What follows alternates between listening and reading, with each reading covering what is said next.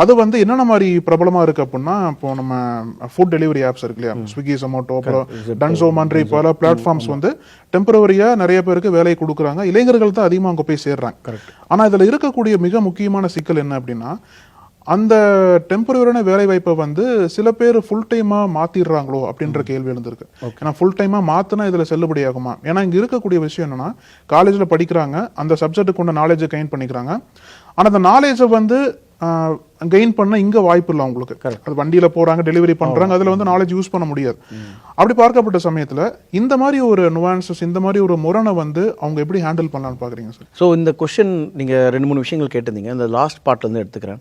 So இந்த மாதிரி ஒரு டெலிவரி பாயாவோ ஒருத்தங்க போகிறாங்க, அதாவது ஸ்பெசிஃபிக்காக சொல்லணுன்னாக்கா படிச்சுட்டு, அதாவது வேற ஒரு விஷயங்கள் படிச்சுட்டு அதுக்கு சம்மந்தமே இல்லாமல் இந்த மாதிரி ஒரு டெலிவரி ரோலுக்கு போகிறது வந்து பார்த்தீங்கன்னாக்கா கண்டிப்பாக நிறைய பேர் சூழ்நிலை காரணமாக தான்.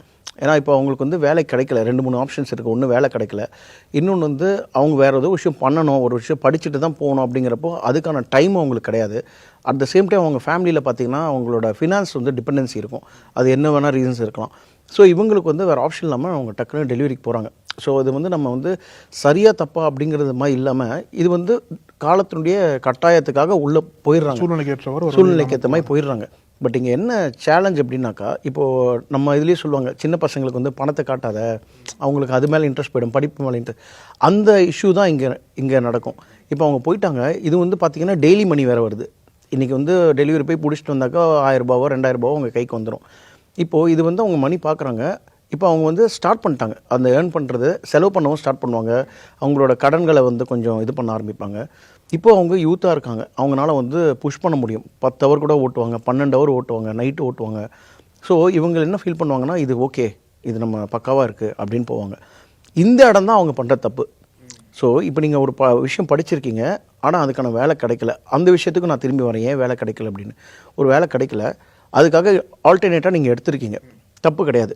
ஆனால் நீங்கள் இதையே நிரந்தரமாக லாங் டர்மாக நீங்கள் இதை வச்சுட்டிங்கனாக்கா ப்ராப்ளம். ஏன் இதை லாங் டர்மாக வைக்க முடியாது அப்படின்னாக்கா, இந்த டெலிவரி ஆப்ஷன் அப்படிங்கிறது பார்த்தீங்கன்னாக்கா இந்த இண்டஸ்ட்ரியில் க்ரோத் எதுவும் கிடையாது.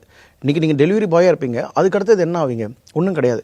இது இப்போ ஒரு வேறு ஐடி கம்பெனியோ ஏதோ ஒரு இதில் போனீங்கன்னாக்கா எந்த கம்பெனியாக இருந்தாலுமே உங்களுக்கு க்ரோத் இருக்கும். ஒரு அனலிஸ்ட்டாக போவான், சீனியர் அனலிஸ்ட்டாக ஆவான், அதுக்கப்புறம் சீனியர் டெவலப்பர், அப்புறம் வந்து supervisor, team leader, assistant manager. ஒரு க்ரோத் இருக்குது. உங்களுக்கு க்ரோத் கிடைக்குதா இல்லையா அதில் என்ன, அது வேறு விஷயம். பட் அட்லீஸ்ட் உங்களுக்கு ஒரு பாத் இருக்குது. இங்கே அந்த பாத் கிடையாது. நெக்ஸ்ட்டு இது வந்து ஃபிசிக்கல் ஒர்க். உங்களோட ஹெல்த் உங்களுக்கு வந்து சப்போர்ட் பண்ணுற அளவுக்கு தான் உங்களால் பண்ண முடியும்.